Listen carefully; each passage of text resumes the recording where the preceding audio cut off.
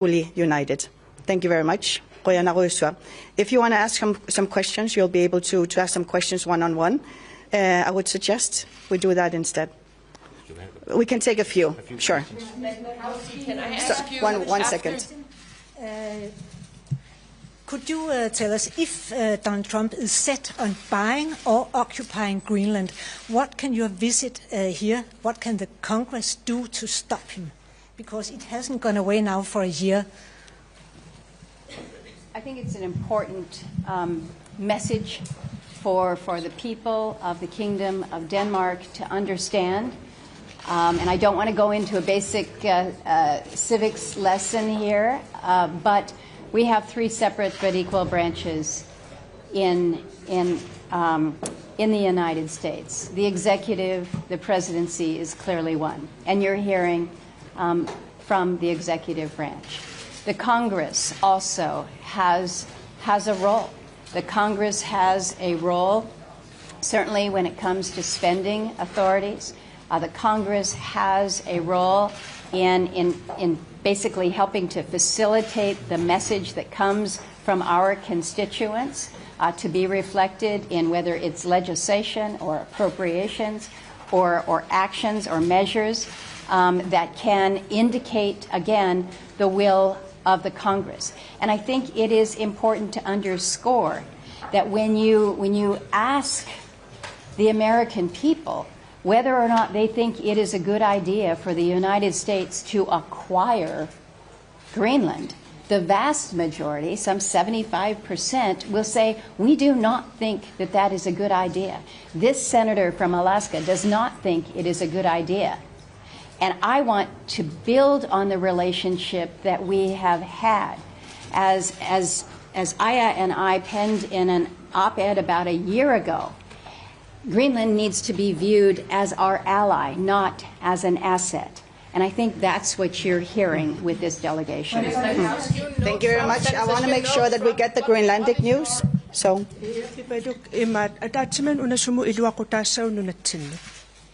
Nunattanni paatusaanaqartariaqarpoq kalaassorusunnarsut aamtoqqarluta oqaloqatigisariaqaratsigit aamakis qinnuivigivagut angussagut nunaqqatiman anguteqqullugu taamaattumak pisariaqarsorivara oqaraanni nunatsinni aaliangernerpissasoq taam nunatsinniinnipi aniasariaqarpoq taannalu neriutigaara oqaloqatigiinner ual siulliusun amerlasinnaasuni oqaatigineqarpoq eqqissibisinnaavuumassakkut tässä misigibuutusaanaqarluta oqaloqatigin ingerlalluarpoq aamma misigibunga paasineqarluarluta tusarmaarneqarlutalu.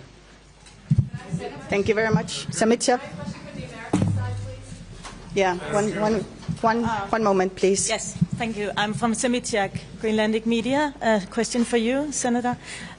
What are your hopes in terms of being able to influence the president to drop his ambition to take over Greenland? What can you do? I think I shared a bit of that response in the previous question here.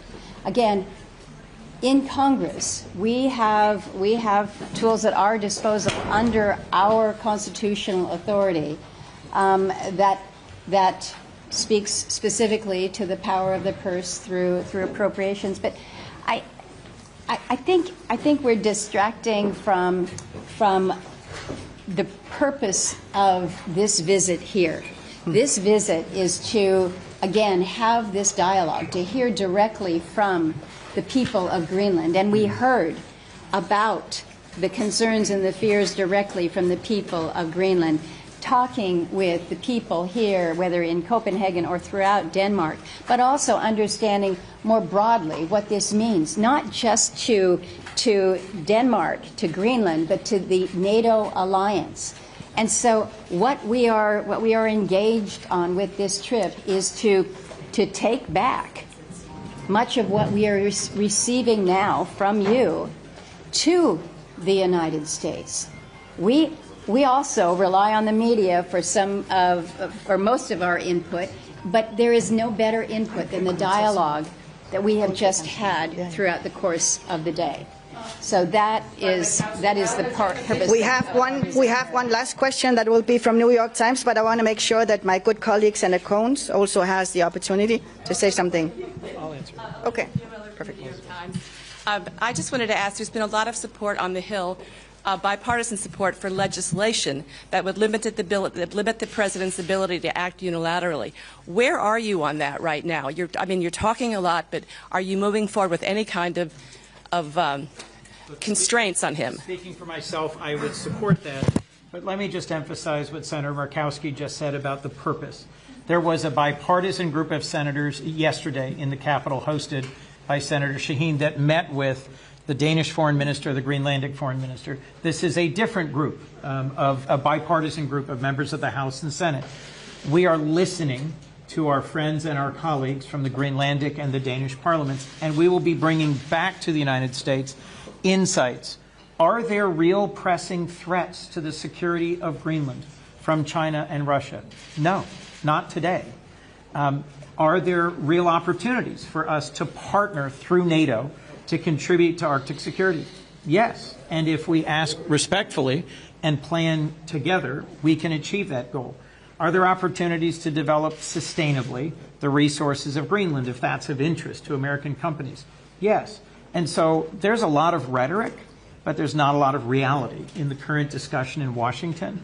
And part of the point of this trip is to have a bipartisan group of members of Congress listen respectfully to our friends, our trusted allies and partners here in Denmark and from Greenland, and to go back to the United States and share those perspectives so that we can lower the temperature and have a more constructive dialogue about the best path forward. Thank you, Elizabeth.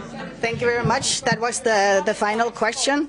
So I want to thank everybody, and if you're able, maybe you can have a one-on-one. So thank you very much for coming.